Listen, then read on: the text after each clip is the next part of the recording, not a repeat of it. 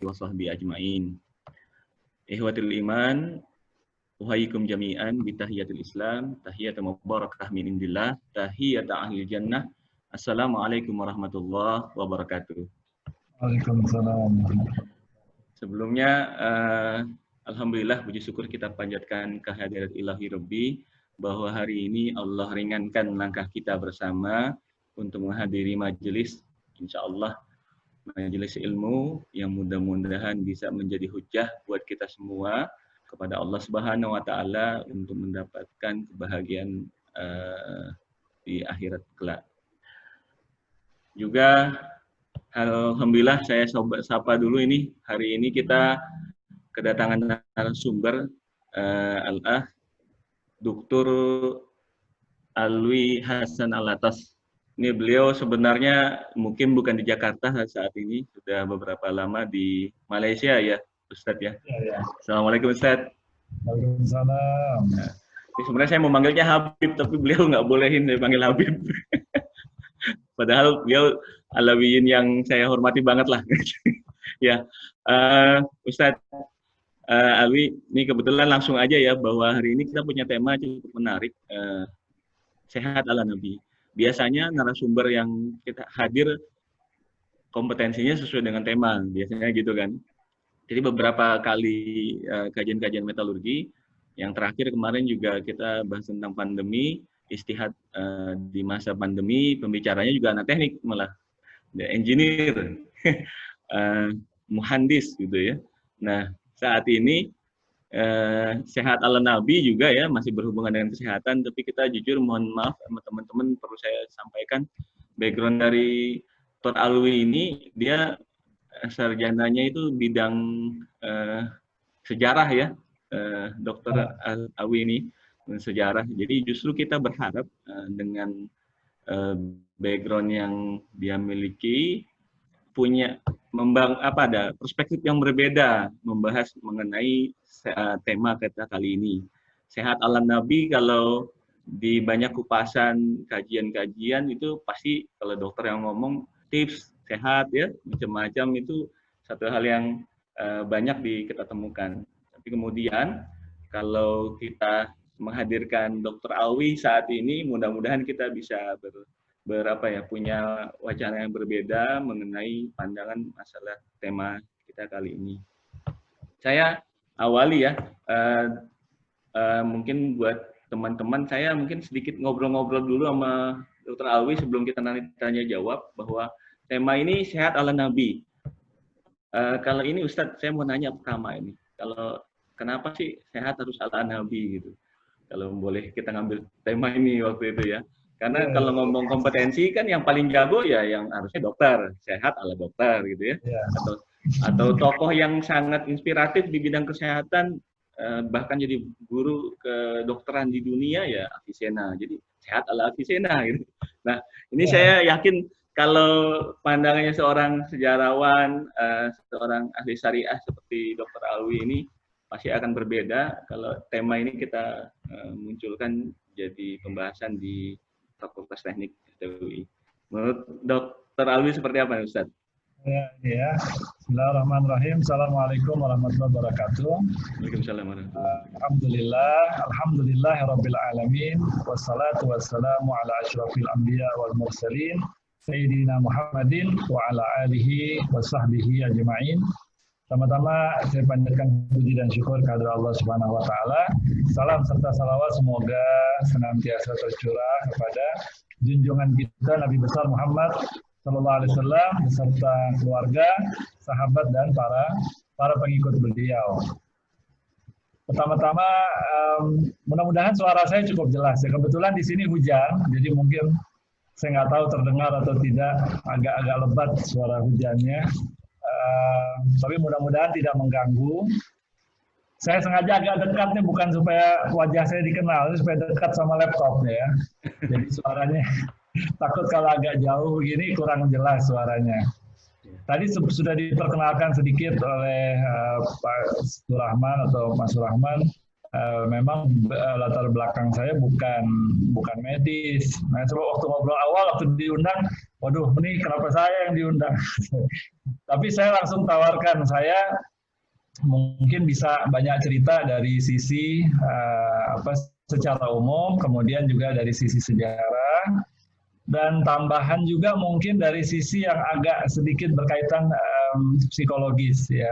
Karena mau sehat itu bukan cuma, karena saya banyak menulis buku-buku motivasi terbit di Indonesia, di Malaysia, walaupun sudah terbitan lama, mungkin sudah susah dicari di pasaran sekarang, yang ada kaitan dengan apa yang kita bahas hari ini. Tadi pertanyaan pertama itu menarik, sangat menarik. Itu jawabnya bisa panjang tuh, Pak. Kenapa harus sehat ala Nabi ya? Yeah. Sebetulnya secara umum untuk sehat kita tanpa merujuk secara khusus kepada Nabi boleh-boleh saja. Artinya ini hal yang sifatnya umum. Kita bertanya pada dokter, kadang-kadang dokternya mungkin non-muslim, ya. Tapi kalau memang dia orang yang pakar, memang expert dan kita bisa mendapat kesembuhan melalui tangan si dokter tadi. Nah itu nggak ada masalah, ya, tidak ada masalah. Walaupun mungkin dia tidak ngerti sehat cara Nabi itu gimana, ya. Yeah. Tapi kita tetap harus ingat bahwa yang menyembuhkan kita itu bukan si dokter, tetapi yang menyembuhkan kita adalah Allah Subhanahu Wa Taala. Ini yang paling penting pertama, ya. Saya ingat Umar bin Abdul Aziz, ya, waktu beliau di akhir hidup beliau diracun, ya, diracun, tapi nggak langsung meninggal. Beliau panggil pembantunya yang meracun itu, beliau tahu. Tapi siapa yang dibalik yang meracun tidak ketahuan. Ketika dokter dipanggil, dokter bilang, kamu punya masalah ini, ya, nggak bisa, nggak ada yang bisa menolong, nggak ada yang maksudnya udah tidak terselamatkan lagi, ya. Kemudian dia dilirik dokternya, ya. Kalau masalah saya bukan seperti sekarang juga kamu nggak bisa nolongin saya. Yang bisa nolong saya Allah yang nentuin, bukan kamu, ya. Jadi itu orang yang Muslim, mereka walaupun berobat kepada dokter, kita memang berobat, nah, kita tapi yakin bahwa yang menyembuhkan itu bukan dokter, Allah yang menyembuhkan. Nah, tetapi ketika ditanya kenapa perlu kita memahami sehat ala Nabi, supaya kita tidak pertama kita jadi tahu bagaimana pendekatan Nabi dalam kesembuhan. Yang kedua, kita jadi lebih tepat dalam mencari kesembuhan atau mencari kesehatan. Kalau sakit, ya, kalau sakit kan kita pengen sembuh. Bagaimana pendekatan Nabi supaya sembuh itu, kita lebih menenangkan jiwa kita dan lebih mengena, lebih tepat, ya.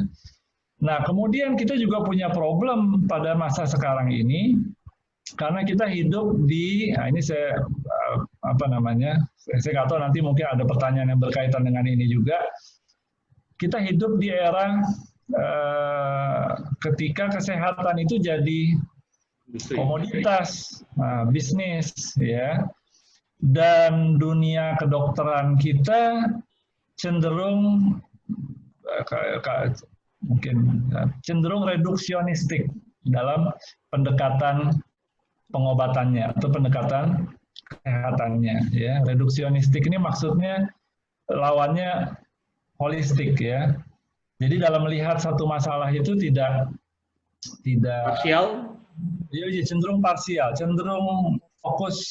Dia kalau dibahas panjang ini, Mas.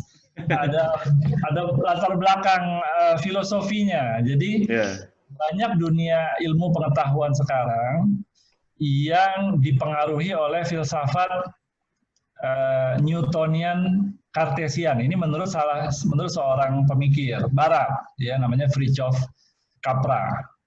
Jadi dia mengatakan sejak abad 17, abad 18 dan seterusnya, dunia ilmu pengetahuan banyak dipengaruhi oleh cara berpikir Newtonian Cartesian, merujuk pada Isaac Newton dan René Descartes, ya. Maksudnya bagaimana? Mereka melihat alam itu seperti arloji besar. Mereka melihat alam itu seperti arloji besar. Ini orang teknik cocok nih kalau bicara gini ya. Kebetulan teknologi arloji pada era itu sedang sangat berkembang. Jadi mereka melihat arloji itu kan banyak komponennya, ya kan? Ketika satu arloji bermasalah, dibuka, dilihat ternyata yang masalah adalah salah satu part, salah satu bagian. Sehingga yang di-treat, yang diselesaikan masalahnya adalah bagian yang itu saja. Kalau bagian itu diselesaikan, masalahnya diganti, misalnya arlojinya jalan lagi. Jadi disebabkan cara berpikir ini, berpikirnya jadi partikularistik, part. Ya. Nah ini mempengaruhi cabang ilmu lain, termasuk kesehatan juga begitu. Ketika ada orang sakit, orang ini kayak jam jadi, ya. Terus kalau dia sakit, dilihat part yang mana yang bermasalah, seperti arloji tadi. Yang masalah itulah yang di-treat, diselesaikan. Misalnya masalahnya bakteri, saya bukan kedokteran, minta maaf kalau ada yang kurang pas dalam penjelasan. Misalnya ada kuman yang menyebabkan penyakit, berarti kumannya mesti dibunuh. Kumannya harus dibunuh. Bunuhnya pakai obat. Obat itu sebetulnya racun, ya, betul nggak? Betul, ya, ada yang dokter nggak di sini? Istrinya aja dokter. Kalau nggak percaya, makan deh obat banyak-banyak. Ya, misalnya obat apa? Panadol. Makan obat Panadol satu kaleng. Nah, coba. Jangan dipraktikkan, ya. Gak usah Panadol air pun kalau berlebihan salah, Ustaz. Ya, tapi lain. Lain. Kalau air kembung aja ya. Kembung aja. Dia lebih efeknya efek racun. Dia racun, sebab dia sebetulnya racun yang cukup untuk membunuh kuman, tapi nggak cukup untuk bunuh kita, ya. Jadi begitu juga kalau ada masalah apa yang lain, kadang masalahnya diganti, ada yang dipotong lah, ada yang. Jadi ada kecenderungan partikularistik, ya. Nggak tahu apakah ini sudah mulai ada perubahan atau tidak. Jadi ini jadi menimbulkan persoalan, menimbulkan problem. Kadang-kadang pergi ke dokter, saya tidak mau mengeneralisir. Ilmu kedokteran berkembang, masya Allah, luar biasa, ya. Tapi saya sendiri termasuk orang yang kurang suka. Kalau nggak betul-betul perlu, saya nggak pergi ke dokter. Kenapa? Mahal. Keluar duit banyak, ya. Orang sekarang katanya kalau zaman dulu, zaman peradaban Islam dulu, ke rumah sakit gratis, ya, gratis, tidak keluar biaya sama sekali, ya. Dan bahkan begitu sembuh, pulang ke rumah dikasih duit untuk beberapa hari, dia kan masih recovery kan, belum bisa langsung kerja, dikasih duit. Ya, orang yang lepra, kusta, itu kan ditaruh zaman itu Bani Umayyah tuh, ya. Sudah ada di zaman Bani Umayyah, ya, prosedur kedokteran dalam Islam. Iya, zaman Al-Walid kalau tidak salah, ya. Itu sudah ada leprosium, atau zaman Hisham, minta maaf, saya perlu cek lagi. Itu sudah ada leprosium. Jadi orang yang kena kusta ditaruh di situ, karena kan menular. Jadi dia tidak boleh bercampur sama masyarakat. Keluarganya disupport sama pemerintah. Karena kan ini misalnya kepala keluarganya yang kena kusta. Jadi anggota keluarga yang lain disupport paling tidak cukup untuk keperluan mereka sehari-hari. Dulu begitu. Jadi orang kalau sakit dia dia selain penyakitnya sendiri diobati, ada support buat keluarga. Betul, ya. Nah kalau sekarang kita sakit, orang bilang kalau miskin nggak sakit. Ya, ada ungkapan begitu sekarang. Kalau miskin jangan sakit. Ya, kenapa? Orang kaya saja kalau sakit yang serius masuk rumah sakit bisa jadi miskin. Ya. Nah ini kan karena memang world view-nya, cara pandang kesehatannya tidak seperti waktu zaman Nabi. Nah ini salah satu kenapa penting kita memahami sehat ala Nabi. Begitu. Saya note dari itu, Ustaz, ya. Tapi yang pasti saya sangat bergembira nih, Ustaz, bahwa tadi di pertengahan tuh Ustaz sempat menyampaikan kalau seorang Umar pun sangat kuat, ya, keyakinannya bahwa yang namanya yang menyembuhkan ya Allah. Cuma Allah yang menyembuhkan. Memang itu sendiri kalau nggak salah ada di surat Asy-Syu'ara ya Ustaz ya, ayat 80 kalau nggak salah, wa idza maritu fahuwa yashfin, ya kan? Bahwa apabila aku sakit, dialah yang menyembuhkan aku. Bahwa Rasulullah menyampaikan ini petunjuk buat kita semua bahwa datang dan perginya sakit itu memang dari Allah Subhanahu wa taala ya. Betul. Tapi kemudian tadi Ustaz, saya tertarik ya bahwa apa sih peradaban Islam ini yang artinya merujuk pada Nabi Allah Muhammad SAW ini luar biasa. Bahkan sebelum Eropa melek ya, kita sudah ada peradaban yang punya rumah sakit ya, sudah ada melakukan, bahkan kabarnya yang namanya karantina itu sendiri, kabarnya kalau versi-versi di ini ya media sosial itu juga dapat dari inspirasinya umat Islam gitu kan, kalau nggak salah Ibnu Sina dan seterusnya gitu. Bersama ini saya kalau kemarin sudah dapat presentasi Ustadz juga ya, boleh saya tunjukin ya Ustadz ya.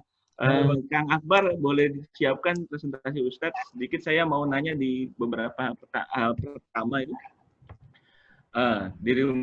Nah ya, di sini Ustadz menyampaikan masalah apa rumah sakit di zaman dahulu. Boleh saya dapat penjelasan buat teman-teman semua? Iya, jadi alhamdulillah sejak zaman Nabi sebetulnya perhatian terhadap kesehatan sudah ada, maksudnya sudah tinggi. Tetapi tentu saja ketika itu kan kalau dari segi semuanya masih sederhana, ya, semua masih sederhana. Nggak ada rumah sakit, nggak ada klinik, ya ketika itu. Dan belum ada dokter. Tapi pada masa-masa berikutnya, ketika seiring dengan perkembangan peradaban Islam, maka muncullah ilmu kedokteran, ya. Kemudian rumah sakit pun perlahan-lahan berkembang. Awalnya seperti tadi saya katakan leprosium, ya. Tapi di era Abbasiyah itu sudah mulai muncul rumah sakit. Ya, Abbasiyah ya di Baghdad dan di banyak kota lainnya, di Kairo juga ada, di Andalusia pun ada juga, bahkan dikatakan di Cordova itu pada zaman Bani Umayyah, Cordova satu kota ya, capitalnya, ibu kotanya, itu sampai ada 50 rumah sakit.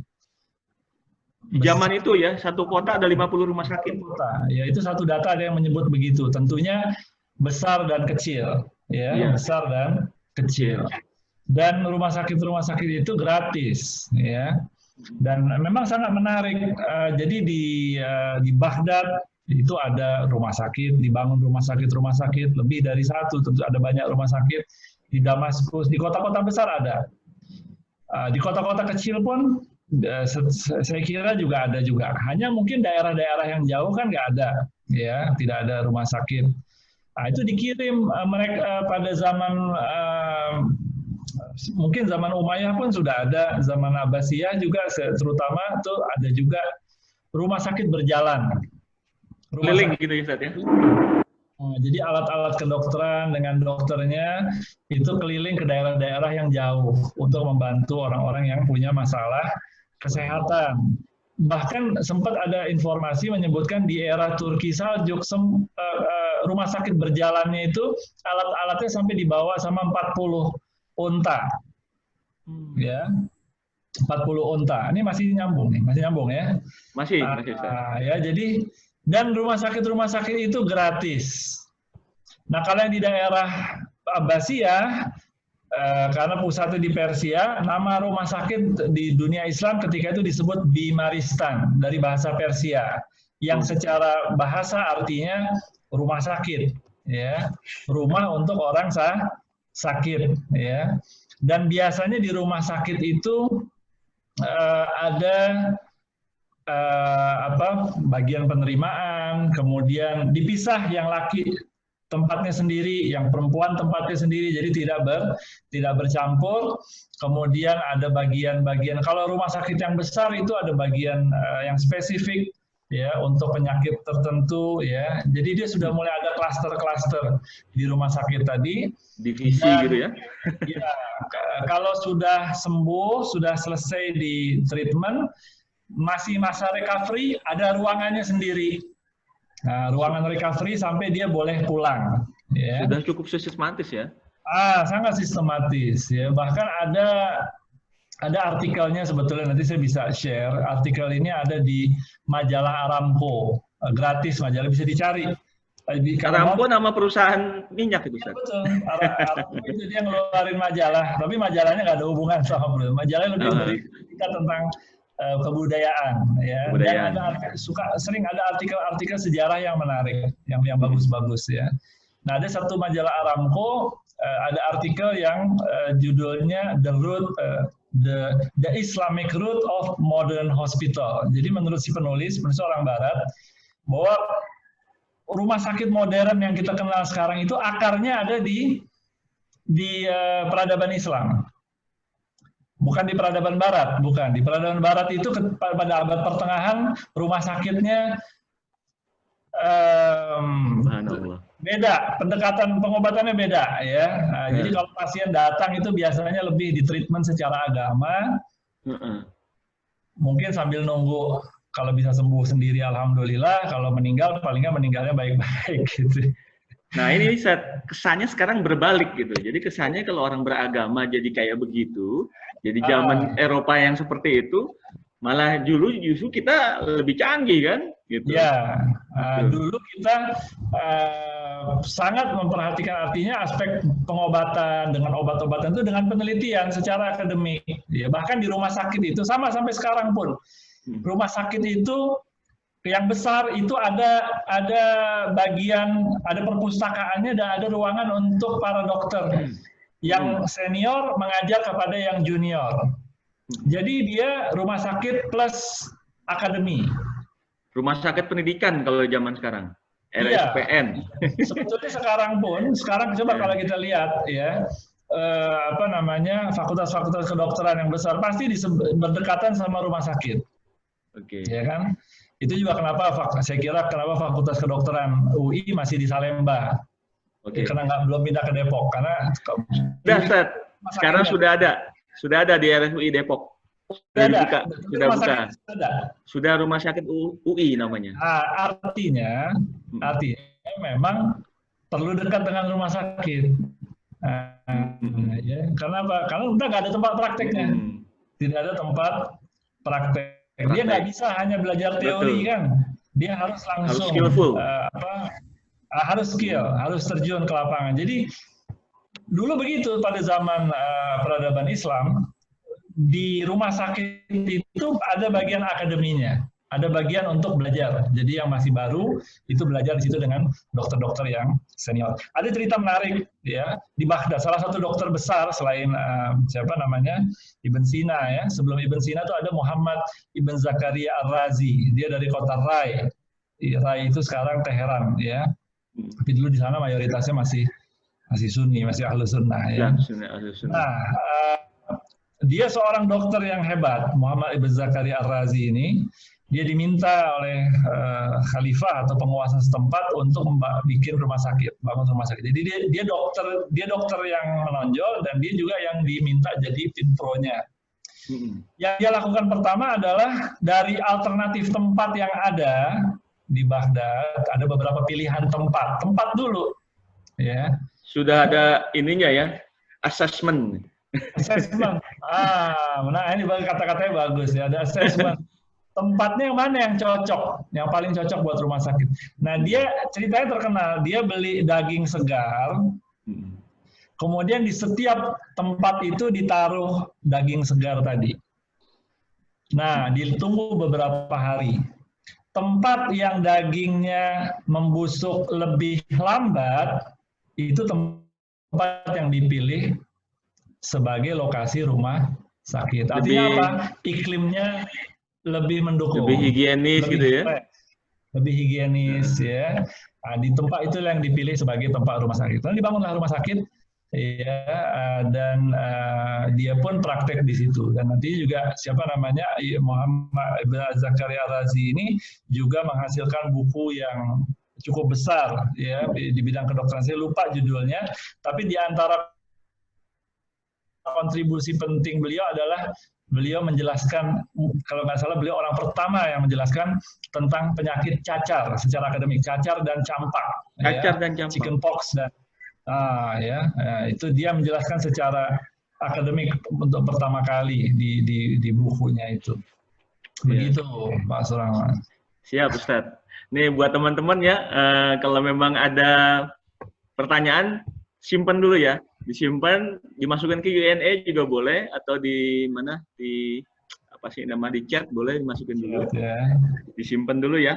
Saya lanjut dulu dengan Ustadz biar ngasih wacana diskusi kita hari ini. Silakan. Bahwa tadi seperti saya bilang, kita berharap banyak dapat pencerahan yang berbeda terhadap pandangan kita terhadap kesehatan ini. Sakit itu kayak apa, cara sehatnya juga pasti harus berbeda gitu ya. Ustadz, saya lanjut Ustadz sama ini apa? Kalau tadi Ustadz bilang masalah ada terbesit kalimat terungkap bahwa rumah sakit atau kesehatan sekarang sudah jadi apa, bukan tadi dibilang bukan industri, apa Ustadz bilangnya? Oh, saya nyebutnya industri tadi ya. Bisnis. Nah, ini Kak, konteks bisnis ini, Ustadz, ya di saat ini ya memang semua dokter bahkan bisa dibilang jadi kaya karena dapat duit banyak dari dari pasien ya. Pertanyaan saya sebenarnya dari kajian syariah sekarang saya tanya, Ustadz, saya yakin memang dokter tapi juga bidang syariahnya juga sangat kuat. Ini seorang dokter itu ngambil keuntungan dari pasien tuh kayak apa? Apalagi kalau dikasih contoh sama Ustadz tadi, rumah sakit di support sama negara, bahkan istilahnya semua disupport. Jadi orang sakit itu justru harusnya disembuhkan, dikuatkan, bukan ini. Kalau dari sisi Ustadz kayak apa Ustadz? Kalau dari sisi pelaksana, tenaga medis itu harus seperti apa Ustadz? Jadi gini. Pertama, memang dokter ini satu bidang yang penting, ya, karena kesehatan ini kan penting, ya, artinya membantu orang yang sakit, ya. Dapat pahala juga, Ustadz ya? Pahala besar. Artinya memang kehidupan dokter perlu dijamin, ya, kehidupan dokter perlu dijamin, karena pelayanan dia yang besar kepada masyarakat. Tentu bukan cuma dokter, yang lain pun juga, ya. Saya kira yang lebih ideal sebetulnya seperti di masa lalu. Sebetulnya dokter dulu pun kaya juga, ya. Tetapi kayanya itu memang karena ada jaminan dari negara, ya. Nah, banyak dokter-dokter kalau yang hebat, dokter-dokter hebat, dia malah bekerja di kerajaan kan, di istana, dan itu memang tentulah pemberian dari raja, dari sultan, ya, atau dari gubernur itu tentu besar, ya. Begitu juga rumah sakit itu dijamin sama negara dan didanai, ya, didanai. Jadi mereka sudah terjamin dari situ. Sebab kan repot kalau dokternya misalnya nggak cukup, dari situ tadi harus nyambil apa. Nah, semua mungkin bisa, ya. Ada mungkin yang bisa, ya, apa namanya. Tapi kalau enggak nanti kan dia buru-buru operasi. Aduh, Anda mesti cari duit dulu tempat lain. Iya. Tapi saya kira sistem yang dulu itu lebih baik, lebih ideal. Kenapa? Karena gini. Yang jadi masalah utama bukan dokternya, ya. Dokter dulu pun terjamin, dokter sekarang pun terjamin. Tapi yang jadi korban ini masyarakat. Ini yang jadi masalah, ya kan? Masyarakat ini jadi serba mahal semuanya, ya kan? Mau sakit itu jadi takut gitu sekarang kan? Mau sakit itu takut gitu. Disuruh di Indonesia itu kan COVID disuruh diam di rumah, ya kan? Orang Indonesia itu lebih takut tidak cari makan, takut sama COVID kan begitu.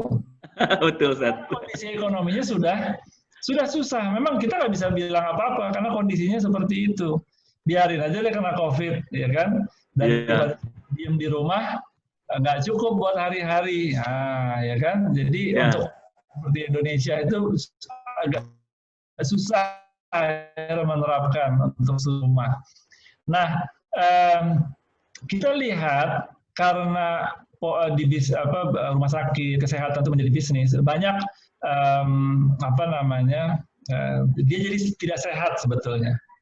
Jadi tidak sehat. Ya, tidak sehatnya bagaimana? Kadang-kadang minta maaf ya. Kadang-kadang karena nilai bisnisnya besar, ada treatment yang tidak benar-benar perlu, mungkin direkomendasikan oleh dokter, supaya jadiin income. Mungkin mau dibilang malpraktek, tidak sepenuhnya juga. Mungkin itu bagian dari treatment yang bisa, tapi jadi memudah-mudahkan. Contohnya gini, zaman sekarang banyak orang, sebenarnya dari dulu saya kira juga sama ya, orang yang ketika melahirkan itu agak susah, melahirkannya agak susah.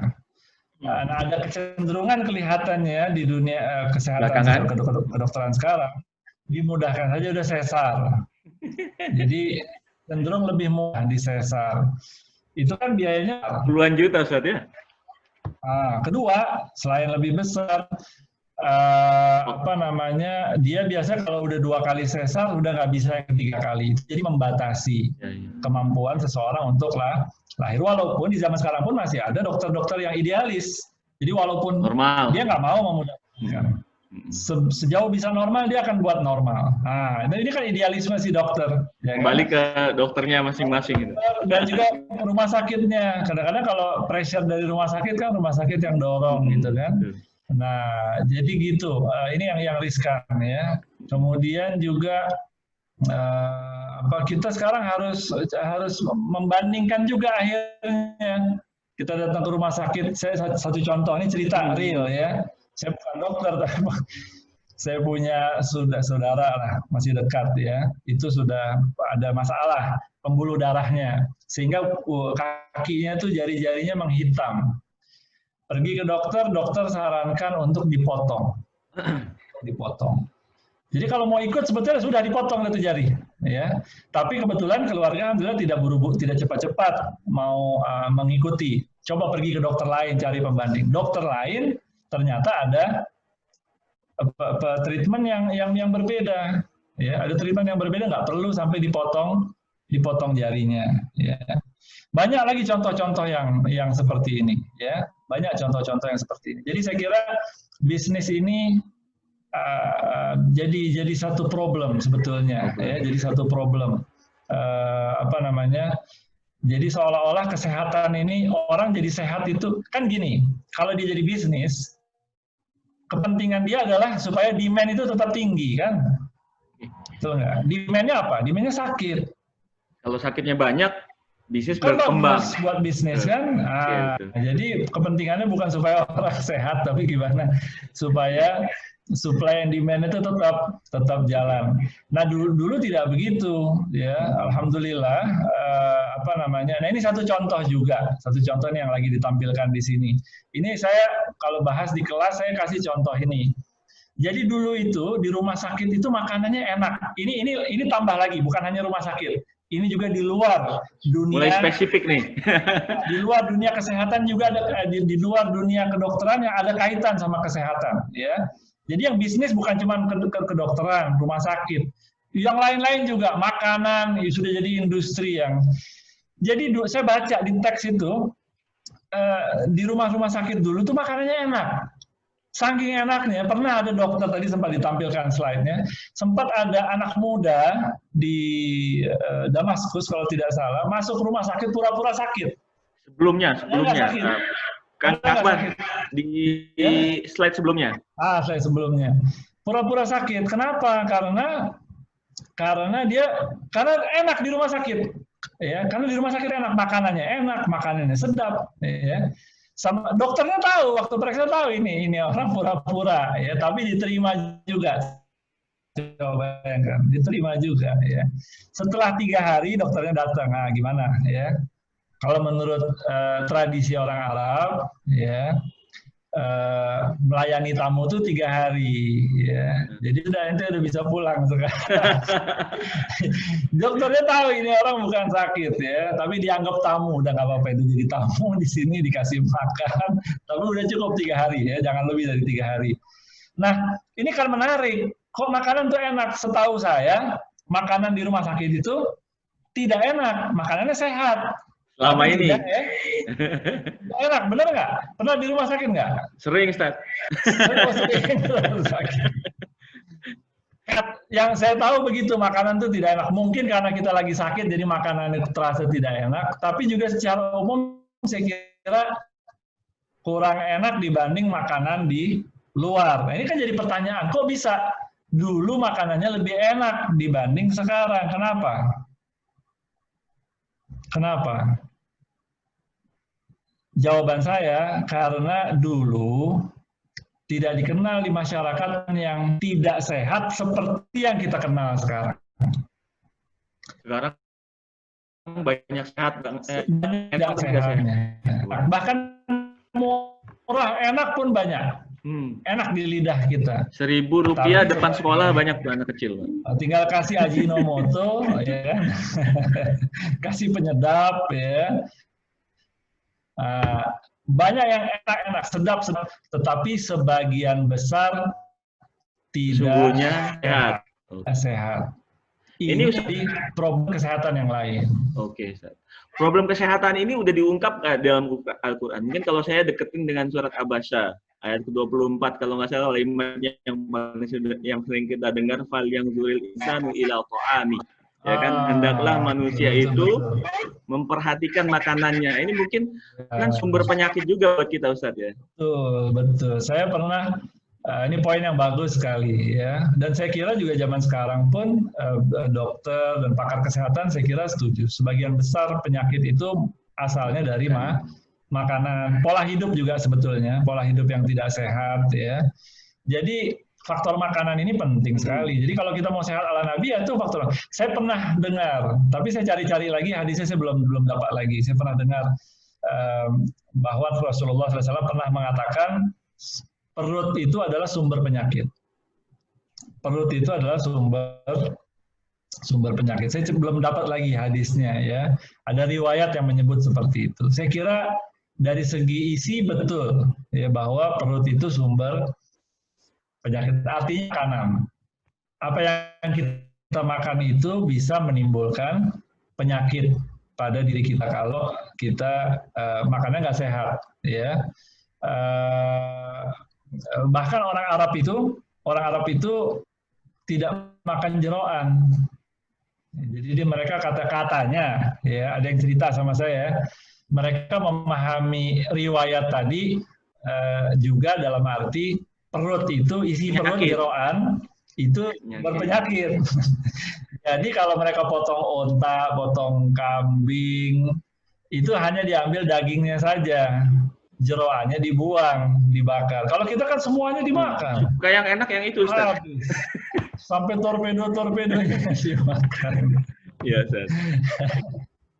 Jadi ya memang sebetulnya kurang sehat, ya, kurang sehat. Kalau dagingnya, ada yang bilang daging juga kolesterol, tapi saya kira bukan berarti harus dihindari sama sekali. Nabi dulu makan daging, tapi bukan berarti Nabi makan daging tiap hari. Oh, siap. Dulu Nabi makannya sederhana, tapi pada waktu-waktu tertentu jarang-jarang makan daging karena keadaan ekonomi, ya, karena keadaan ekonomi. Jadi perut ini sumber penyakit. Ya, perut ini sumber penyakit. Karena itu pola makan sangat penting. Makanan apa yang masuk itu sangat mempengaruhi kita, sehat, zahir, dan batin. Sehat, zahir, dan batin. Makanya kalau kita bicara tentang pola makan, jelas di dalam terminologi Muslim itu disebutkan makan itu pertama harus halalan, ya kan? Halalan, thayyiban, ya. Pertama makanan itu harus halal. Al-Maidah 120 saat ya. Al-Maidah 120 saat ya itu ya. Ya. Jadi harus makan itu harus halal, harus thayyib, harus baik. Makanan yang halal, kenapa kita disuruh makanan yang halal? Makanan yang haram, misalnya daging babi, ya, atau minum khamar, mungkin, wallahu a'lam, mungkin tidak selalu punya implikasi negatif terhadap fisik kita. mungkin. Kamu minumnya sedikit barangkali tidak berefek. Apalagi kalau barangkali ya tidak kelihatan ya. Makan daging babi, taruhlah katakanlah gitu ya, tidak punya implikasi terhadap kesehatan fisik, walaupun katanya banyak daging cacing pitanya ya. Anggaplah misalnya tidak mempengaruhi kesehatan secara fisik. Yang haram ini paling tidak, dan ini sebetulnya lebih penting buat kita, dia akan mempengaruhi kesehatan spiritual kita. Oke, Ustaz. Ya. Kenapa dia lebih penting? Karena aspek spiritual, manusia itu punya dua aspek, nah, ya, spiritual dan fisikal, aspek ruhani dan aspek jasad. Yang spiritual ini lebih penting daripada yang jasad. Bukan berarti jasad tidak penting ya, tapi spiritual ini lebih penting. Kenapa? Karena yang jasad ini aspek hewani dari diri kita. Jadi kalau kita hanya lihat yang itu sisi hewaninya saja. Jadi kalau kita anggap, makan daging babi nggak apa-apa, tuh orang-orang yang makan daging babi mereka sehat-sehat saja. Iya, mungkin begitu. Tapi kamu nggak pikir dampaknya kepada sisi rohani kamu. Karena mungkin dia nggak beriman, walaupun dia muslim. Kadang-kadang ada yang muslim gitu. Kan ada sempat yang bikin yang muslim makan daging babi gitu kan. Ini restoran babi yang kelola orang Islam. Orang Islam. Nah, ini kan problem ya. Jadi karena faktor keimanan, ya mungkin dia muslim tapi dia tidak paham, ya tidak punya keimanan yang betul. Kategori haramnya ini ya Ustaz ya yang harus dihindari. Dia akan memberi implikasi secara spiritual. Ya, ada riwayat yang menyebutkan, ingat saya, kalau kita makan makanan yang haram 40 hari nggak diterima doa kita semua, ya nggak dan ada implikasi ke spiritual nanti karakter kita akan jadi terpengaruh, ya. Ada seorang ulama besar, ini satu contoh cerita, ya. Ada seorang ulama besar, alim. Saya lupa, kalau nggak salah Imam Al-Juwaini atau mungkin ulama lain ya. Itu ilmunya Masya Allah, tapi dia punya kebiasaan katanya kalau tertawa itu agak ganjil, nggak biasa gitu ya. Syekh, kenapa kamu kalau tertawa lepas begitu? Dia bilang ini gara-gara waktu saya bayi, budak di rumah saya itu ambil saya terus disusui tanpa minta izin, padahal dia tidak ada dapat izin itu. Begitu ayah saya lihat, diambil langsung, dimasukkan jari itu ke bayi tadi, keluarkan kembali keluar, ya. Kita keluarkan kembali, muntah bayi tadi keluar. Saya mau muntah, dia diceritakan, dia nggak ingat kan, dia diceritakan. Tapi ini barangkali masih ada yang sisa. Yang haramnya ini. Bukan haram sebetulnya. Sebetulnya tidak haram. Ini malah yang di luar haram, ini yang lebih halus lagi, ya. Oke. Ini halal. Tetapi tidak datangnya dari orang yang mungkin ada perilakunya yang kurang ideal. Bisa berpengaruh juga ke anak tadi, coba sampai begitu. Ya. Penjagaan dirinya begitu, Ustaz, ya. Penjagaan dirinya sampai begitu. Makanya dulu para pemimpin, para emir, para ulama suka makan makanan dari orang-orang soleh. Karena dia tahu ini mesti bersih, aman. Imam Syafi'i waktu nginep di rumah Imam Ahmad bin Hambal, itu diamati sama anaknya Imam Ahmad bin Hambal. Terus paginya protes anak Imam Ahmad bin Hambal, tanya sama bapaknya. Kata ayah, nih imam besar, ini ulama besar. Imam Ahmad bin Hambal, kalau cerita Imam Syafi'i, Masya Allah. Bangga lah. Ahmad bin Hambal 40 tahun doain Imam Syafi'i dalam sholatnya, kalau tidak salah. Puluhan tahun. Ya. Jadi anaknya tanya, kata ayah, ini orang besar, tapi saya lihat kok ada hal-hal yang aneh pada dia, yang kurang layak buat orang seperti dia. Apa itu? Katanya. Di antaranya, makannya banyak. Kemarin disediain makan di rumah, makannya banyak. Menurut dia tuh makannya banyak, ya. Ya, Ustaz.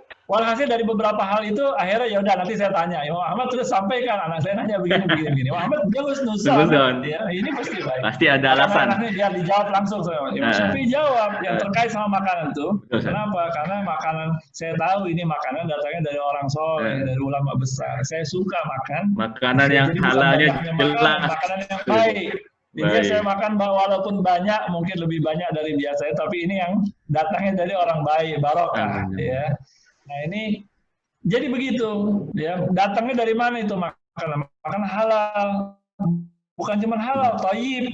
Ya, kategori tadi itu masuk faktor thayyib itu baik, baik physically dan spiritually, ya. Secara spiritual bagus, secara kadang-kadang dia mungkin halal, tapi secara spiritual mungkin dia tidak, kurang bagus mungkin. Ya, itu kalau orang-orang yang ini dicari yang ini susah sebetulnya. Terus terang, saya pun bukan berarti saya sudah bisa ngamalin sepenuhnya ya. Saya pun masih banyak kurang juga.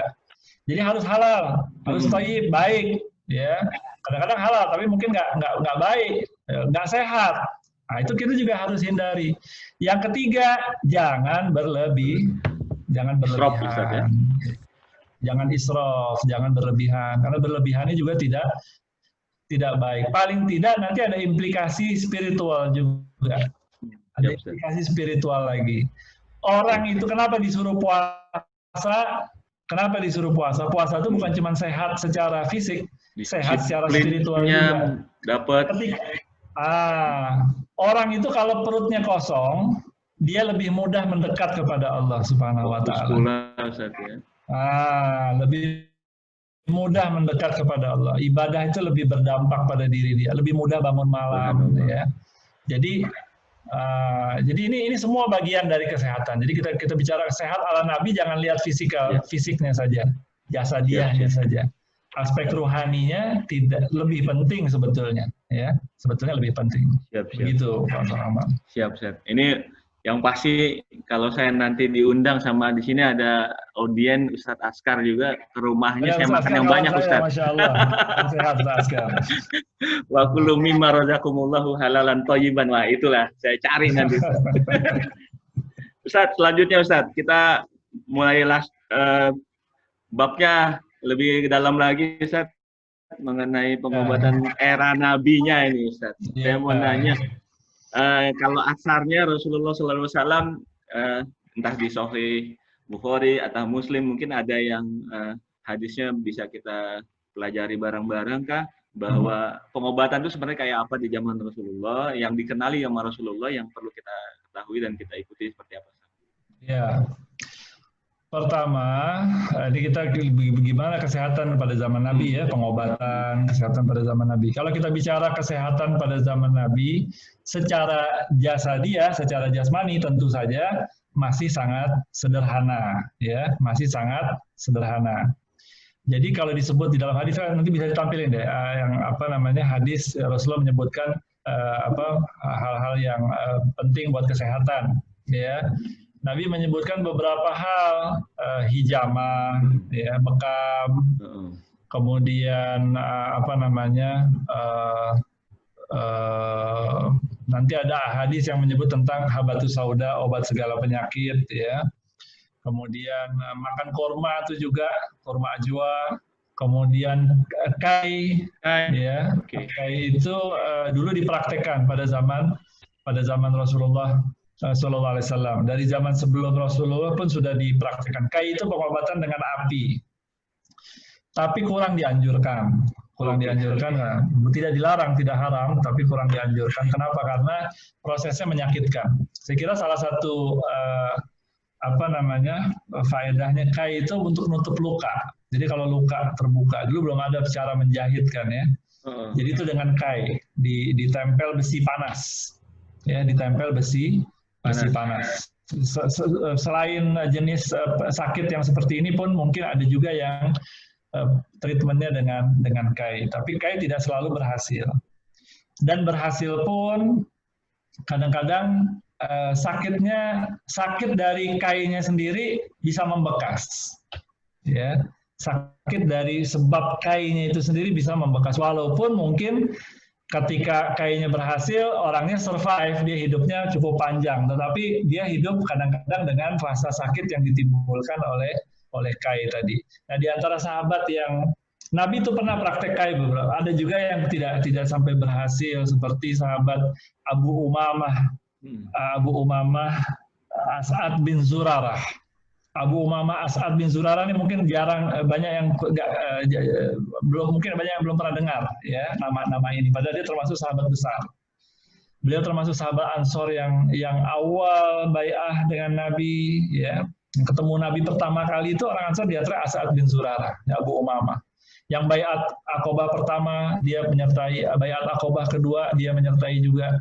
Yang kalau dan ingat ceritanya, waktu Nabi kirim Mus'ab bin Umair dakwah di Madinah, pergi keliling kemana-mana, itu yang bawa As'ad bin Zurarah, Abu Umamah. Tapi As'ad bin Zurarah, dan dia juga yang meninggal, dia juga yang pertama kali bangun masjid, tempat sholat bareng-bareng, sholat Jumat bareng-bareng.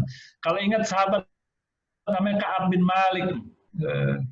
Malik ya, itu ketika sudah tua, matanya sudah buta, kalau mau pergi sholat Jumat dituntun sama anaknya. Begitu keluar rumah, dia berhenti dulu doa. Dan doa menyebut semoga Allah memberikan keberkahan kepada Abu Umamah As'ad bin Zurarah. Kebiasaannya begitu setiap mau berangkat Jumat. Satu kali anaknya nanya, "Wah ayah, kok kenapa setiap kali mau berangkat Jumat ayah selalu doakan As'ad bin Zurarah?" Kata bin Malik, "Wah anakku, dialah yang pertama kali mimpin kami sholat Jumat sebelum Rasulullah datang." Ya. Dia menghimpun para sahabat bareng-bareng sholat berjamaah, termasuk sholat Jumat. Nah, tetapi As'ad bin Zurarah ini wafat pada tahun sebelum perang Badar, seingat saya. Jadi awal sekali. Nah, waktu sedang sakitnya itu Nabi berusaha mengobati dengan kai, tapi tidak sampai berhasil. Qadarullah, beliau meninggal dunia. Termasuk yang juga diobati dengan kai adalah Sa'ad bin Mu'az yang kena panah waktu perang Khandaq, kemudian dirawat ya di tenda. Nah, yang sakit-sakit dirawat di tenda itu di sebelahnya Masjid Nabawi. Di antara ada Pak Bintang datang. Di antara yang mengurus orang sakit adalah Bunda, ada Pak Bintang datang. Rufaidah Al-Aslami, ya, di antara yang mengurus orang sakit pertama kali itu perawat yang pertama dikenal, ya, itu Rufaidah Al-Aslami. Nah, Nabi juga sempat berusaha mengobati Sa'ad bin Mu'az dengan kai untuk menutup lukanya, karena lukanya kena di saluran pembuluh darah utama kelihatannya, sehingga darah yang keluar itu banyak. Tapi ketika di kai itu berhenti pendarahannya, tapi kemudian membengkak dan akhirnya terbuka lagi, ya. Nah, singkat cerita Sa'ad bin Mu'az, ya, qadarullah, akhirnya pun meninggal dunia juga, ya. Nah, ini diantara beberapa, ini Rasulullah menyebutkan di sini kan, ada beberapa pengobatan, ya, bekam, minum madu, ya, kemudian dengan kai, nanti di hadis berikut dengan batu sauda, dengan korma. Jadi ketika masalah menurut saya adalah aspek non medisnya yang biasanya sekarang cenderung diabaikan. Aspek non medisnya bagaimana? Doa, ya, doa minta pertolongan pada Allah. Kan doa kita ada diajarkan kalau sakit itu baca doa. Ya, bismillahirrahmanirrahim. Allahumma rabban nas azhibil ba'sa washfi anta syafi la shifaa illa shifauka syifaan la yughadiru saqaman, ya. Ya Allah, tuh Rabbnya manusia, ya. Anta syafi, engkaulah penyembuh, dan seterusnya. Ada beberapa versi hadis mungkin yang seperti itu, ya. Intinya kita baca doa, ya. Bacakan Al-Fatihah, ya, melalui air. Itu ada sahabat yang mengamalkan. Dan minta pada Allah, ya, minta pada Allah supaya diberi kesembuhan, ya. Ini pertama. Jadi cara pengobatan yang non medis, orang sebut sekarang non medis, ya. Tapi jangan dibilang itu tidak ampuh, ya. Jangan dikatakan tidak ampuh. Kadang-kadang penyakit yang sangat serius yang secara medis dokter tidak berhasil menyembuhkan, sembuhnya dengan cara non medis. Ya, dengan sedekah misalnya. Masya Allah. Itu bukan 1-2 cerita. Orang sembuh melalui sedekah. Ada seorang perempuan, saya dengar ceritanya di Saudi kalau tidak salah, sudah tua, ya. Dia kena sakit kanker darah atau semacam itulah, ya. Dokter sudah angkat tangan. Dia punya pembantu, katanya orang Indonesia, tapi dia perhatiin pembantunya suka lama di kamar mandi. Ditanya, akhirnya satu hari tadi dipanggil, kamu kenapa saya perhatikan suka lama di kamar mandi? Dia bilang, saya sebetulnya waktu diterima kerja di sini, saya baru melahirkan anak. Ya. Tapi saya perlu kerjaan ini, jadi saya terpaksa tinggalkan bayi saya di sana bersama keluarga saya berangkat kerja di sini. Sementara susu saya selalu keluar karena dia baru melahirkan, kan baru punya anak kan, jadi keluar susu. Jadi saya lama di kamar mandi, saya harus keluarkan kalau nggak sakit. Dengar seperti itu kaget sih majikan. Majikan ini perempuan ya. Akhirnya dia bilang, disuruh pulang ya. Dia kamu pulang. Dia nggak ngomong suruh pulang. Dia beliin tiket, disediain duit, terus dikasih tiketnya. Kamu pulang berangkat. Kamu urus bayi kamu sampai selesai kamu menyusui. Setelah itu kalau kamu mau balik ke sini boleh. Enggak pun nggak apa-apa. Pulang sedekah. Ya. Pulanglah dengan gembira dengan ini dia pulang. Gajinya dikasih 2 tahun full. Dia orang kaya ya. Dikasih, bukan cuma kaya ini saja, kaya hati juga ya. Dikasih pulang. Artinya dia bukan cuma sedekah, dia menolong orang yang sedang ada hajat, yang sebetulnya hajat yang penting ya. Berapa hari kemudian dia ke dokter, dia untuk pemeriksaan, dokternya heran, kamu sehat? Bisa hilang penyakitnya. Hilang penyakitnya. Ya, ini saya pernah dengar, bukan 1-2 kali saya dengarkan. Jadi sedekah, coba bayangkan, ya. Jangan dipandang kecil, jangan dipandang remeh, ya. Nah, jadi ini salah satu cara juga untuk sehat, keluarin sedekah, ya, keluarkan sedekah. Jadi nah ini beberapa pendekatan kesehatan. Saya kira juga selain itu cara pandang kita terhadap sakit dan kesehatan itu sangat penting untuk membantu kita sehat, ya. Itu sangat penting. Karena orang sekarang udah kalau sakit udah takut, mati takut. Ya, emang takut juga sih mau mati takut juga. Tapi itu takutnya berlebihan. Padahal kematian itu sesuatu hal yang itu bagian dari hidup. Kalau Allah sudah tentukan mau meninggal, mau bilang apa, ya kan? Jadi sakit pun bukan berarti kita terus marah, tidak redho, ya. Ini penting sekali. Kalau kita nanti ada resep 2 lagi, resep yang penting. Ini juga non medis. Punya sifat sabar, punya sifat syukur. Ini larinya ke banyak hal, termasuk kesehatan. Orang kalau sabar itu kunci sukses. Orang kalau mau sukses itu salah satu kuncinya sabar. Tapi paham sabarnya betul-betul, ya, betul-betul paham makna sabar itu apa.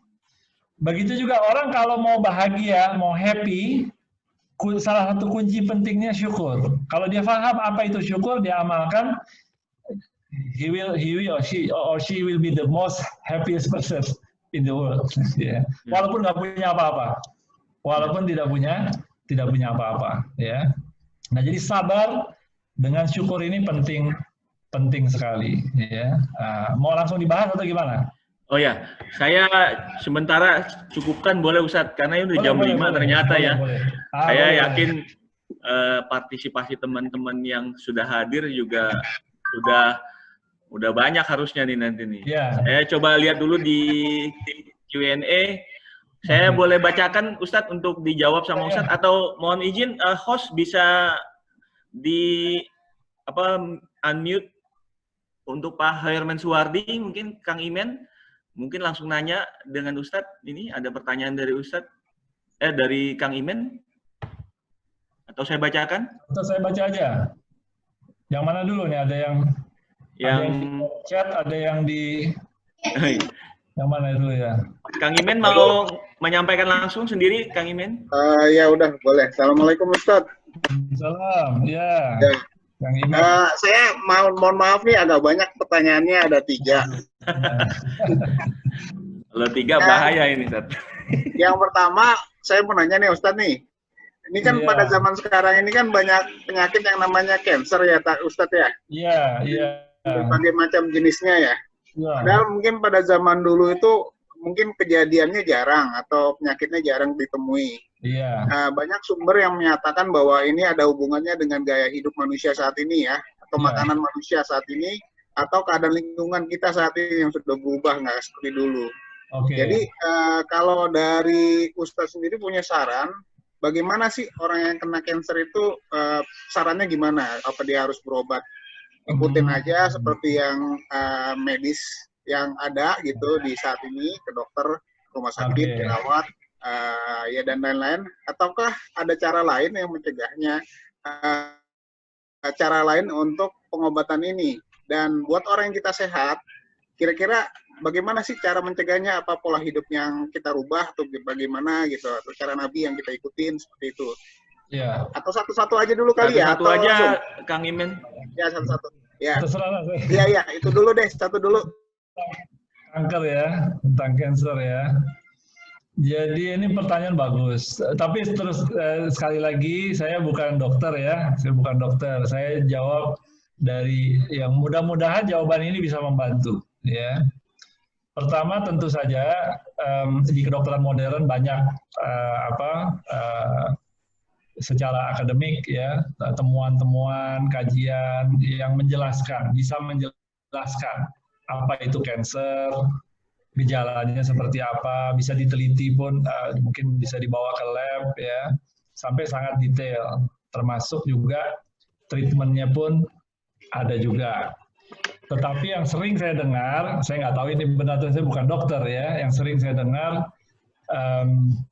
cancer ini biasanya kalau stadium awal belum ketahuan, hanya begitu. Baru ketahuannya kalau sudah stadium-stadium tinggi ya, atau bahkan stadium akhir. Nah masalahnya ketika dia sudah stadium yang tinggi, untuk penyembuhannya tidak mudah. Di antara cara penyembuhan kanker yang secara medis yang cukup populer itu dengan kemo. Ya, kemo itu sebetulnya kan diradiasi kalau tidak salah ya. Artinya dia membunuh. Lagi-lagi kan gitu, metodenya kan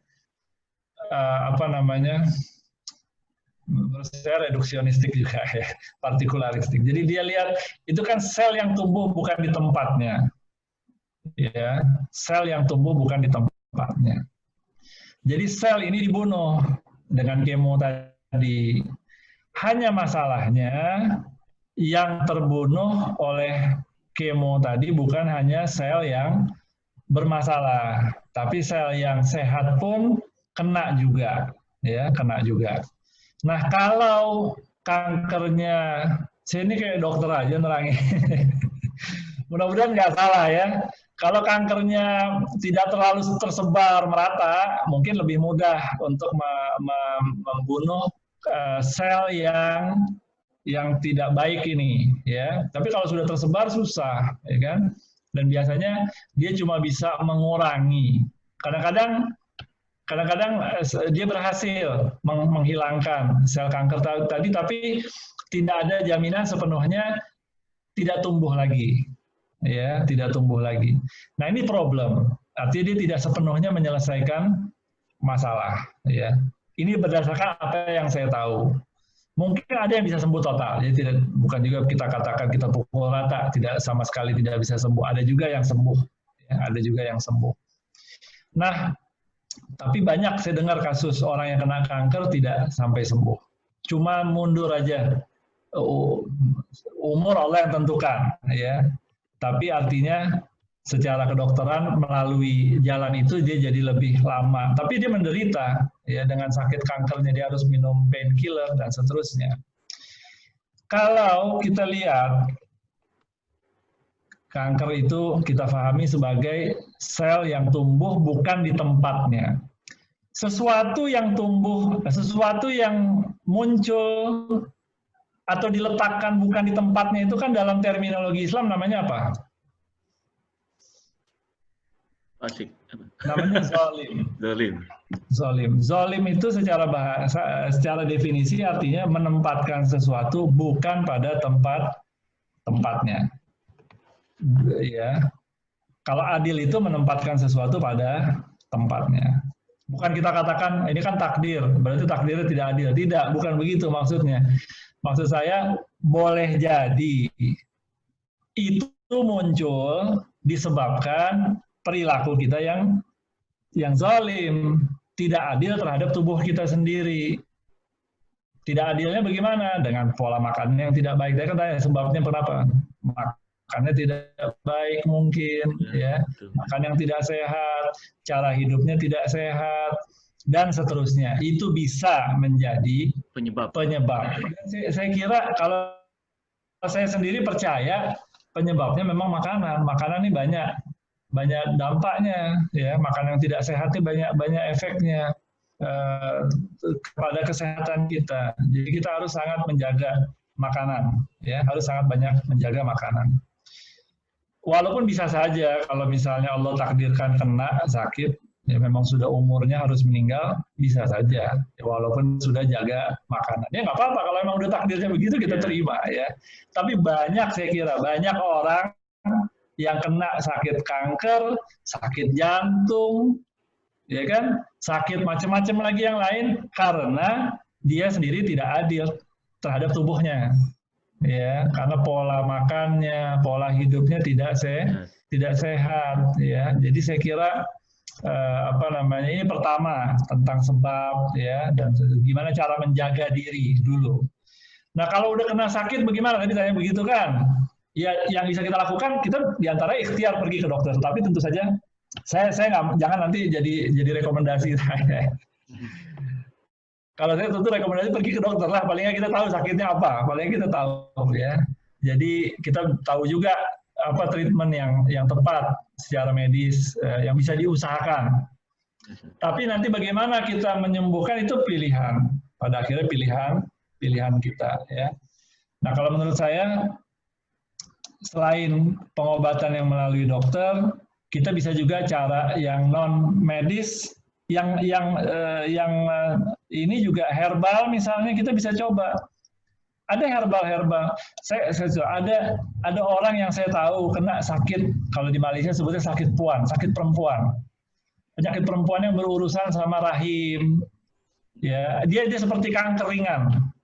Misalnya kena miom, kena endometriosis, ya itu ada miom. Kalau miom itu di rahim, kalau di luar rahim itu namanya ada istilah lain. Itu seperti kanker ringan. Dia juga ketumbuhan, sesuatu yang tumbuh bukan semestinya, bukan di tempatnya. Itu bisa menimbulkan rasa sakit dan bisa menghalangi kehamilan, kelahiran buat perempuan. Ini orang perempuan sekarang banyak yang kena seperti ini.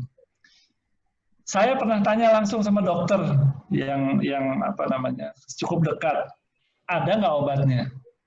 Termasuk pakar dalam masalah ini di Indonesia. Dia bilang nggak ada. Obatnya belum ada, untuk menghilangkan tuh belum ada. Jadi gimana? Ya dibiarkan saja. Kalau nanti dia sudah tumbuhnya terlalu besar dan mengganggu, apa solusinya? Dioperasi. Diangkat, dibuang. Miomnya atau endometriosisnya tadi. Mudah-mudahan nggak tumbuh lagi, tapi nggak ada jaminan tidak tumbuh lagi.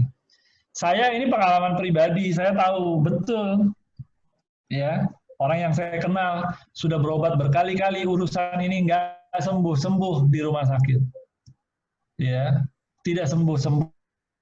Dokter ini, dokter itu, rumah sakit ini, rumah sakit itu, nggak sembuh. Sembuhnya pakai herbal. Ya. Jadi, tapi saya tidak katakan selalu pas dengan herbal. Kita harus ikhtiar, namanya kita ikhtiar. Yang menyembuhkan Allah, kita berusaha. Jadi saya kira dua-dua kita bisa coba, cara kedokteran, cara dengan herbal, dan juga dengan tadi yang non medikal, dengan doa, ya, dengan sedekah. Keluarkan sedekah. Mudah-mudahan Allah kasih kesembuhan dengan cara itu, ya. Banyak zikir, Ustaz, menambah dekat dengan Allah Subhanahu wa taala, Ustaz. Banyak zikir, betul. Itu juga insya Allah bisa membantu juga, ya. Saya kira gitu. Ada banyak cara sebetulnya, terutama yang spiritualnya itu banyak sebetulnya cara ya. Oke, jazakallah khair Ustaz untuk jawaban pertanyaan pertama dari Bang Khairman Suwardi ya. Bang Imen, saya mohon izin nggak dilanjutin dulu untuk pertanyaan kedua. Saya lihat ada di list partisipan ada yang angkat tangan, raise up. Bang Askar Metal 95 ya. Mungkin Bang Askar ada yang mau ditanyakan berarti ini. Dipersilakan Bang Askar. Silakan. Waalaikumsalam warahmatullahi wabarakatuh. Suara saya kedengeran ya? Kedengeran, agak pelan tapi kedengeran insyaallah. Gambarnya yang nggak kelihatan nih. Kangen sama teman kos saya nih Bang Habib. Iya, Masya Allah. Kawan lama ini. Ini Bang Habib mau nanya tentang wabah. Wabah ya. Zaman Rasul itu kan ada ya hadisnya dan bahkan sering diulang di beberapa waktu belakangan tentang wabah. Singkatnya ya biasa orang Indonesia. Wabah ini berapa lama berlangsung? Kalau yang tahun berapa lama? Langsung ya.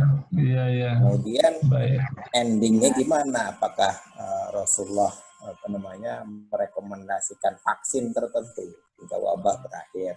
Di dunia sekarang ini kan nungguin vaksinnya COVID nih. Nah, zaman Rasulullah itu seperti apa dan apa follow up dari kejadian-kejadian wabah itu terhadap perjalanan dakwah Islam khususnya di Ibn Nabawi ya, pengobatan China. Itu aja Bang Habib, terima kasih. Ya, langsung dijawab ya Ustaz. Baik, saya langsung jawab ya. Tentang wabah, jadi ada memang hadis dari Rasulullah SAW yang menjelaskan tentang wabah. Tetapi kasus yang besar yang terjadi pertama kali pada zaman Sayyidina Umar bin Khattab. Wabah Amwas ini terjadi di Syria. Pada setelah Syria sepenuhnya direbut oleh kaum muslimin Syam ya ketika itu ya, Syria, Palestina dan sekitarnya sepenuhnya direbut oleh kaum muslimin dari Bizantium, dari Romawi. Saya ada nulis tentang ini di hidayatullah.com. Belum dapat artikelnya. Hanya saya cerita singkatnya. Jadi ini mungkin kasus wabah pertama yang terjadi di kalangan sahabat, ya. Sehingga para sahabat tidak langsung bisa menentukan sikap ketika itu. Ketika wabahnya baru mulai terjadi, jadi kan yang jihad di Syam itu kan dipimpin Abu Ubaidah bin Jarrah dan banyak sahabat lainnya, ya, ribuan kaum muslimin ikut di situ. Nah, pas wabah baru mulai muncul, Sayyidina Umar dengan rombongan lagi dalam perjalanan mau menuju ke sana, mau inspeksi, ya. Baru sampai di daerah Jabiyah. Ketemulah Sayyidina Umar dengan pimpinan pasukan dari Syam, ketemu di situ di perbatasan antara Jazirah Arab dengan Syam. Dan ada banyak hal yang dibincangkan tentunya di situ. Di antaranya Abu Ubaidah menyampaikan bahwa ini baru terjadi merebak wabah di Syam. Mendengar itu Sayyidina Umar kemudian agak gamang, mau terus jalan ke sana atau balik, ya, karena beliau pribadi dan banyak sahabat ketika itu belum mendengar hadis dari Rasulullah tadi. Yang dengar hadis itu diantaranya Abdurrahman bin Auf. Abdurrahman bin Auf sebetulnya ikut rombongan, tapi ketika itu sedang ada keperluan keluar. Jadi Sayyidina Umar kemudian ngumpulin sahabat muhajirin, kumpulin. Apa pendapat antum? Pecah dua suara. Sebagian bilang tetap berangkat, sebagian bilang pulang. Panggil sahabat Ansor, sebagian bilang berangkat, sebagian bilang pulang. Jadi tidak ada keputusan yang bulat. Tapi berdasarkan banyak pertimbangan, Sayyidina Umar akhirnya memutuskan untuk pulang berdasarkan ijtihad beliau. memutuskan untuk pulang. Kenapa? Ini lagi ada wabah. Kalau masuk ada resiko kena wabah. Kita lihat pada zaman sahabat pun, para sahabat ketika kadang-kadang tidak seluruh hadis itu diketahui, ya, dan itu maklum hal seperti itu. Dan kadang ada perbedaan pendalangan, tapi mereka syura, mereka kumpul. Ketika Sayyidina Umar memutuskan seperti itu, Abu Ubaidah bin Jarrah mengkritisi keputusan itu. Beliau mengatakan, Abu Ubaidah termasuk sahabat besar dan orang dekat dengan Sayyidina Umar, termasuk kesayangannya Sayyidina Umar. Kalau beliau masih hidup, waktu Sayyidina Umar meninggal, mungkin Sayyidina Umar tunjuk dia. Ada kemungkinan sebagai khalifah berikutnya, ada kemungkinan begitu. Wallahu a'lam. Abu Ubaidah mengkritisi kebijakan Sayyidina Umar itu. Beliau berkata begini, kenapa engkau lari dari takdir Allah? Ya, kenapa engkau lari dari? Artinya kan umur itu Allah yang takdirkan. Kenapa mesti pulang? Jalan terus. Kalau memang belum waktunya meninggal, bukan takdirnya kena sakit, nggak akan kenapa-napa. Kenapa mesti pulang? Intinya begitu. Kenapa engkau lari dari takdir Allah? Dijawab oleh Sayyidina Umar.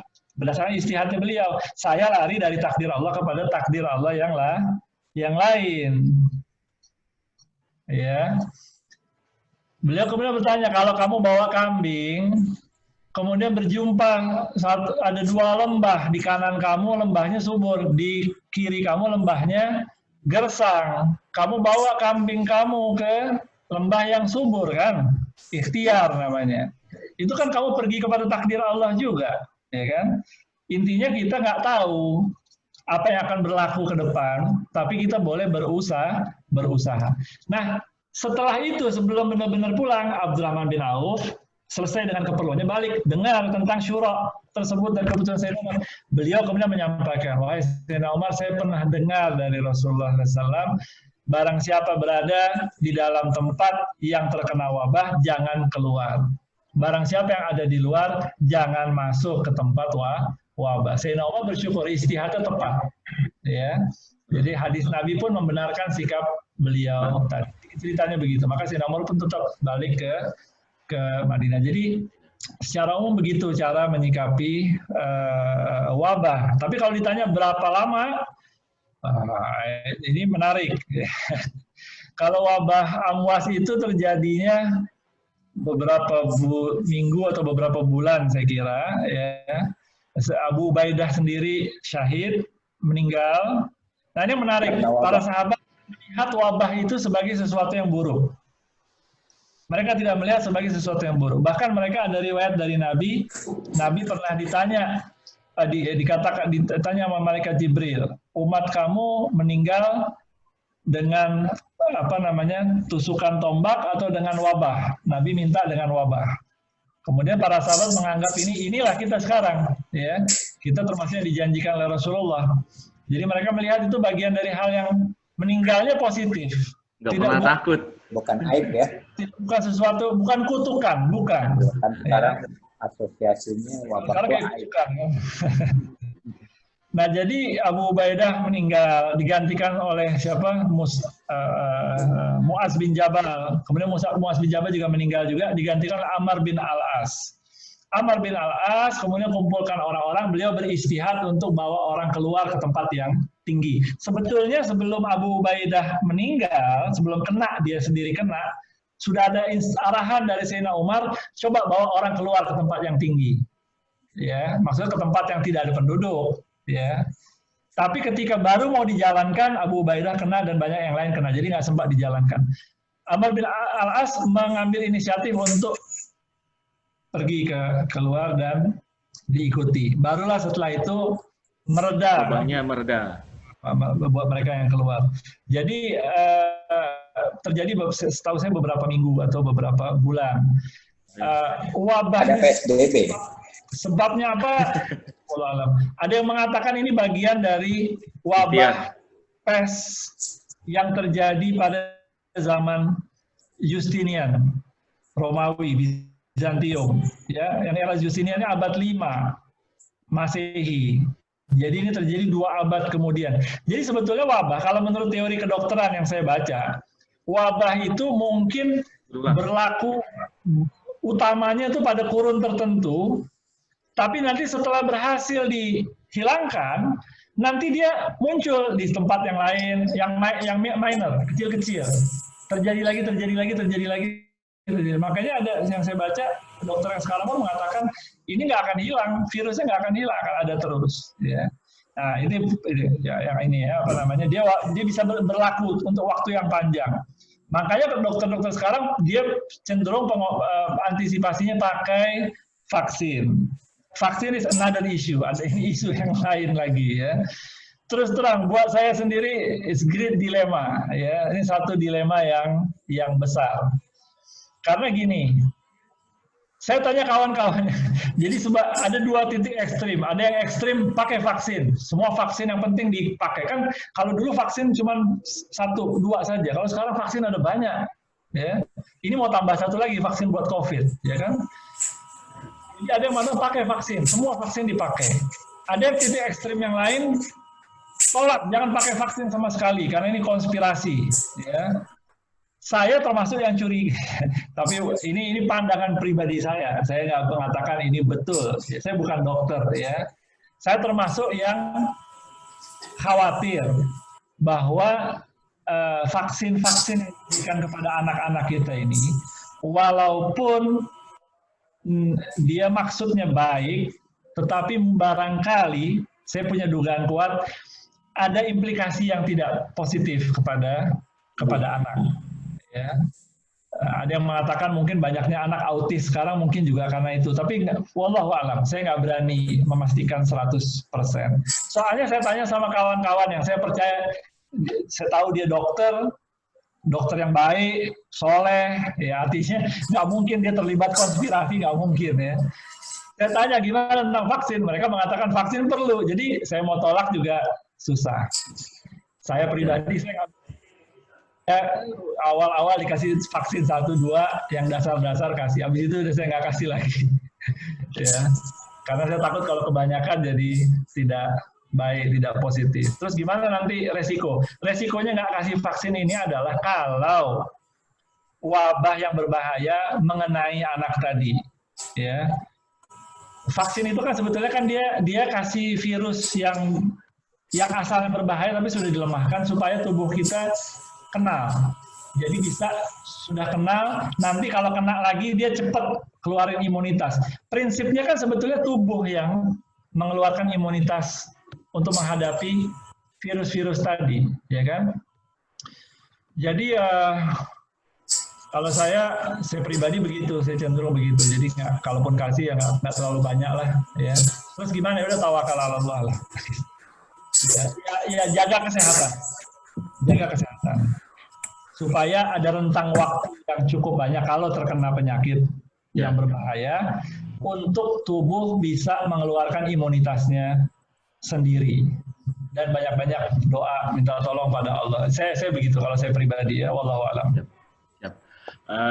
Ustadz Alwi, Bang Askar mungkin cukup dulu ya untuk pertanyaan ini ya. Mudah-mudahan jawabannya cukup lugas, bisa jadi panduan kita bersama. Siap.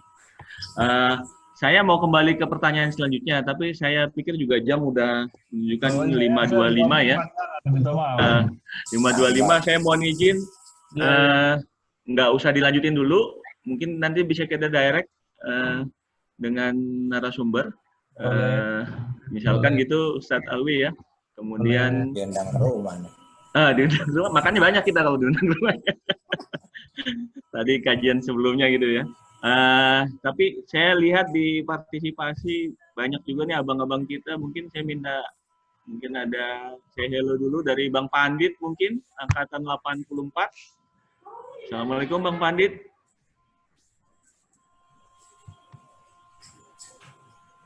Wah, nggak ada ya. Waalaikumsalam warahmatullahi wabarakatuh. Bang Pandit mungkin ada yang mau disampaikan sebagai ini nih senior banget dari kita. Waduh. Monggo Bang. Ini juga lagi ikut dengerin aja saya. Sama-sama belajar. Karena buat saya sendiri baru ikut pertama kali ini ya. Karena yang sebelumnya nggak ikut. Monggo dilanjut aja. Oke, siap. Ya.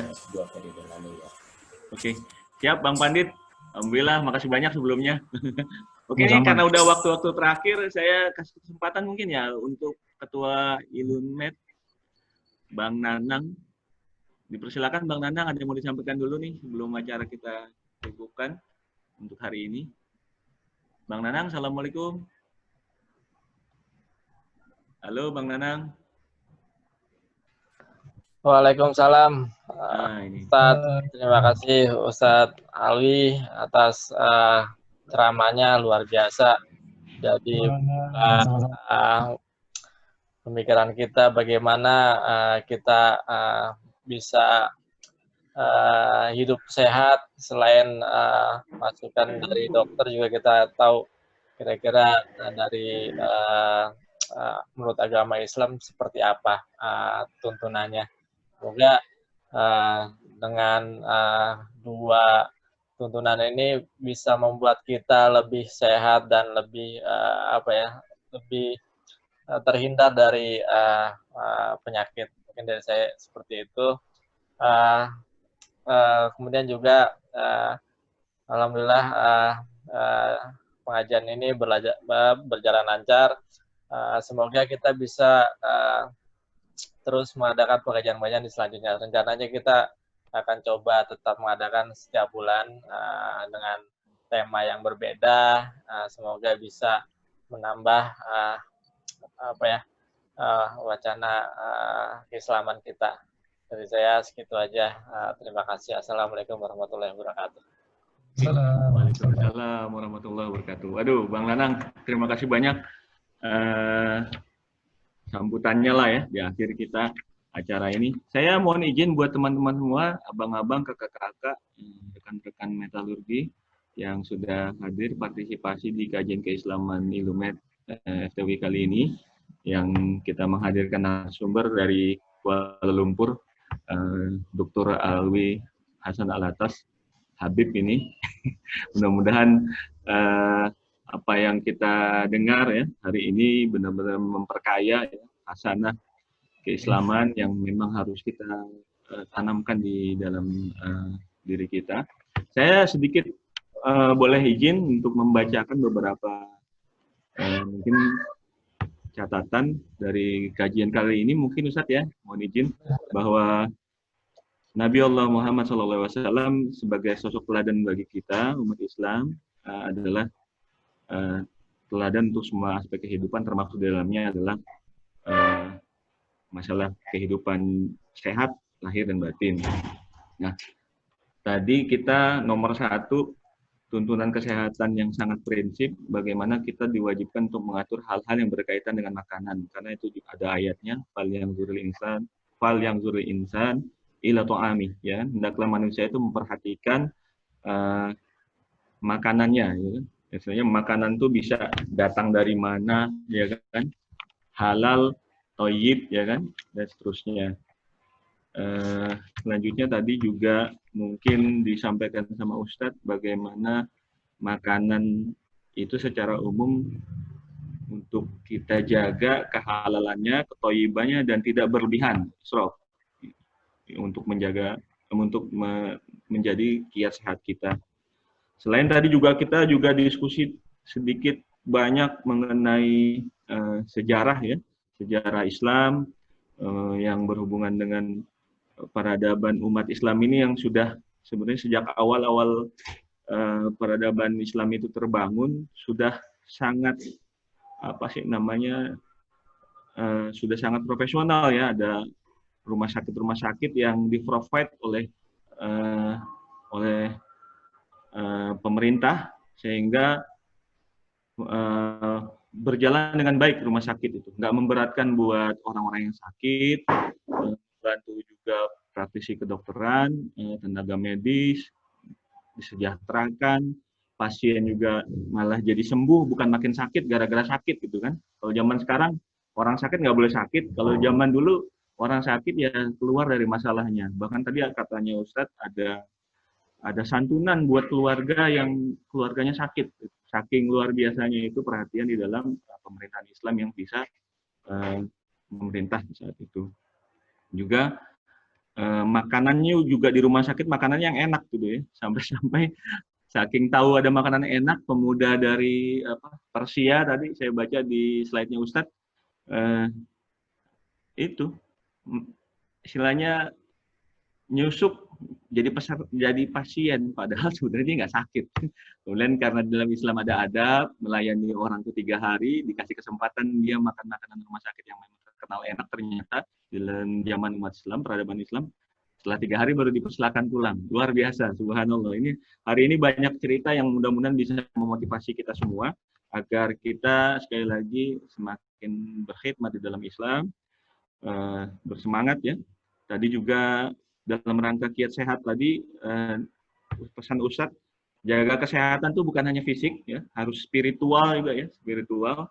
Dengan cara apa? Dengan banyak bersedekah, utamanya yang ternyata ini juga jadi wasilah untuk bermohon kepada Allah yang punya penyakit itu sendiri, datangnya dari Allah, Allah angkat penyakit itu. Aida mari itu fahuwa yasfin, ya kan? Kalau apabila aku sakit, yang nyembuhin Allah gitu, kata Rasul dalam Al-Quran.